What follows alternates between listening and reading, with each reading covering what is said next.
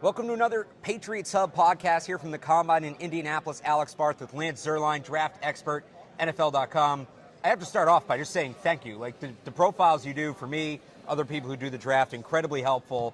You do great stuff. How tough is it to get all those guys done before the Combine? Man, it's hard. I'm glad you're asking that question because people talk about, so I'll do about 500, but that's not the hard part. The hard part's getting like 340 done before the Combine because I really start, I got to get my tape, so really I'm a little behind with the guys I do in November. I'm still working off of, October tape, so a lot of times I have to go back and rewatch those guys, or I didn't see their best tape, So basically it's November, December, January, and February. I've got to write 340 players. November is going to be closer to 60 to 70 players. And then January and February, January and December, January, I like to keep it to about 100.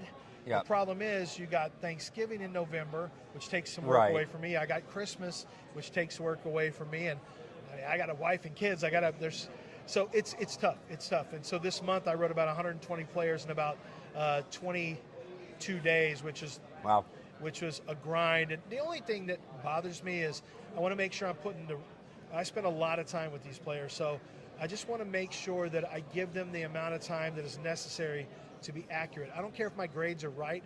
I just care that my information and the way I kind of see them, with their strengths and weaknesses, are as accurate as I can be. So this guy's studied this as close as anybody. So let me ask you, the weak draft class that a lot of people in New England are freaking out about, at the top of the draft, and no, there might not be anybody there. Is this class as weak as people say, especially at the top, or is this just one of those draft narratives where it happens, it just kind of snowballs into something bigger than it really is? No, it's weak at the top. It is, relative to the last few drafts we've had. It's pretty weak at the top. Now, that's a relative term. I think one of the problems that you have for the Patriots specifically is it's not a great tackle draft. Last year was a really good tackle draft.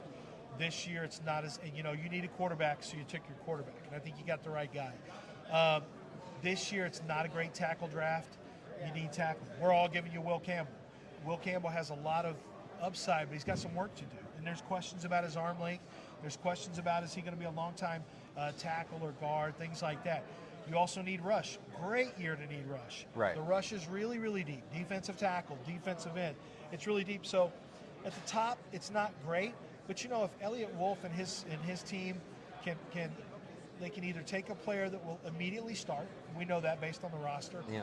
Or, he might be able to move back like his dad used to do and create more value by adding more picks. Because let me tell you what it is. It's really deep at certain positions, and it's really good in rounds 2, 3, and into rounds 4. So I think it's a good draft. It's just not top-heavy. Okay. You mentioned Campbell, and I saw you had him to the Patriots right in your first mock draft on NFL.com. The criticism I get a lot is, I like Campbell, but he wouldn't be the top tackle in last year's class. He wouldn't be a top 5 pick in last year's class. How do you square that with what this class is at the top and a need the Patriots desperately need to address? Well, here's what I'd say to that. Are any of those tackles going to be in this draft? Thank you. I don't care. I've been yelling this. Thank you. What are you going to do? Okay, so what do you suggest we do now? If we, now if you want to argue, you're forcing a pick. He's not as good as one of these players that did a position. That's fair. If you want to say, Warren to me is kind of a luxury pick. I wouldn't make that with the Patriots. And you need to build the trenches. But if you want to make an argument, so the guy looks at like Mason Graham is considered the alternate. Mason Graham is a solid player. I don't think Mason Graham's the best defensive tackle. I think Walter Nolan is more explosive. Okay. I think he is the more disruptive player. But Mason Graham is the better pro. He's the safer player, and he's going to be a good player. He'd be a good Patriot for years and years. You can't go wrong with him. I think he's safer than Will Campbell. But you also just, you're in a tough spot because you just drafted a quarterback. Anytime you do that, you've got to do what you can to protect the quarterback quickly. Because what happens if a quarterback is too rushed, too hurried, and always pressured, they develop bad habits that are hard to get out of, and they lose their confidence. So I think that Will Campbell is not as good as Mason Graham, but I understand the idea of drafting a Will Campbell. I also would love it if they consider, because I want the Patriots to do well. I'm friends with Alonzo Highsmith. I like Elliott Wolf a lot. I wouldn't mind it if they traded back and added picks, because I think in the long run, those two guys are good evaluators, and they'll build their roster faster. So you mentioned helping Drake May with protection.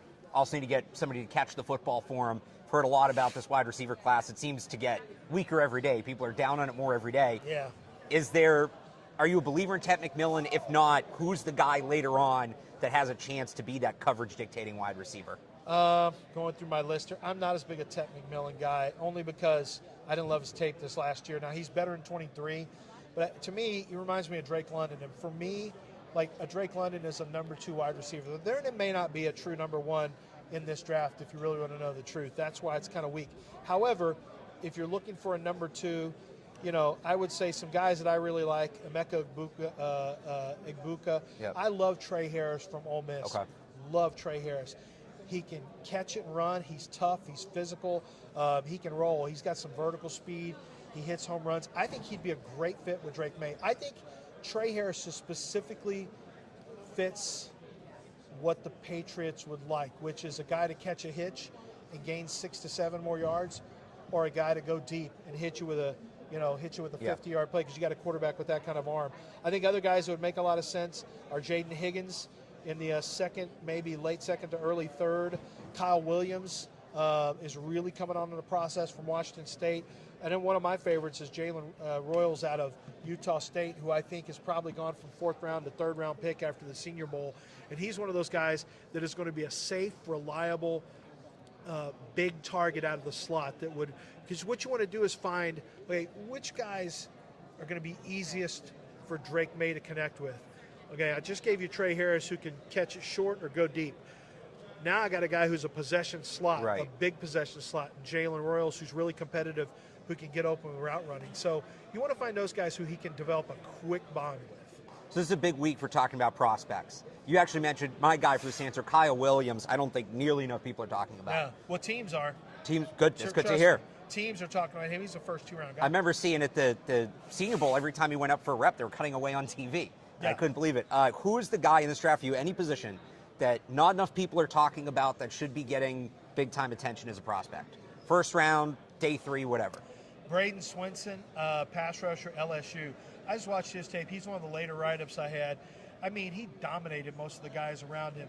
He's shown such a jump from last year to this year. He came over from, I'm trying to remember, I think he was, everyone's from a transfer portal, it seems like now. Right. I feel like he was a transfer portal guy, but I just know this.